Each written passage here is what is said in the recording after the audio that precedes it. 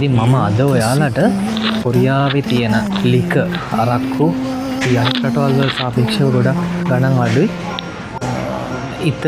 Italy brand එකක් තියෙනවා, France රටවල් කීපයක තියෙනවා. මේක නම් ඇවිල්ලා වයින් එකක්. ටෙස්ටි කියලා.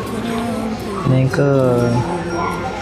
මිලිට 750 බෝතලේ බෝතල එකක්. අයිස් වයින් කියලා ගාලා තියෙනවා. චිලි වල වයින්, ආජෙන්ටිනා වල, USA, ඕස්ට්‍රේලියා බීර් වර්ග තියෙනවා. කොරියාව පාවිච්චි කරන මේ තියෙන මක්කොලි කියලා කියන්නේ කොරියාවේ. එතන සෝජු වර්ග තියෙනවා. මේ බීර් තියෙන ඔක්කොම සෝජු වර්ග. මේ මිදි වලින් හදපු සෝජු එකක්, මේක ජම්බෝල වලින් හදපු සෝජු එකක්, මේක ලෙමන් වලින් හදපු